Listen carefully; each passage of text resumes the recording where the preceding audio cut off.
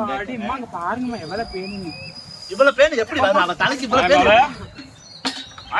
ஏமாமா அது பாலை அந்த பிள்ளைங்களை போய் கறக்க சொல்லு. நான் போய் தட்டை கொஞ்சம் இருக்கிறேன். ஏமாமா பால் காய்ச்சிக்கலாம்னா பரவாயில்ல, மாட்டுக்கிட்ட போய் பாலை கறந்துட்டு வாங்க. ஒரு நாள் கறக்க சொல்லு.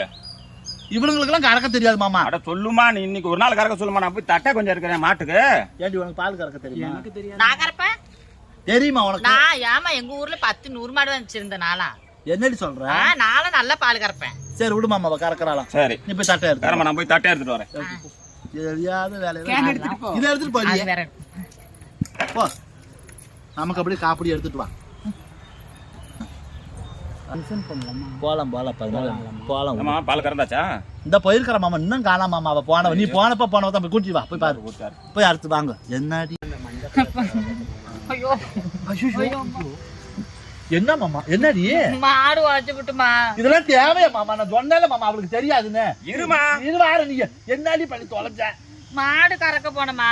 சரி, அந்த மாட்டுல எனக்கு அப்பயே ஒரு சந்தேகம் இருந்துச்சுமா. என்ன சந்தேகம் சொல்லி தொலை. எல்லா மாட்டுக்கும் 4 காம்பு தானமா இருக்கும். ஆமா, அந்த மாட்டுக்கு மட்டும் 1 காம்பு தாமா இருந்துச்சு. என்ன மாமா சொல்றா? அது பச மாவட்ட போய் கறக்கலாமா? அந்த இருந்த காளை மாட்டுக்கிட்ட போய் பால் கறந்துருக்குது. கறவை மாட்டை விட்டுட்டு காளை மாட்டுக்கிட்ட கலந்து என்ன 100 மாடு வச்சிருந்தேன்னு சொன்ன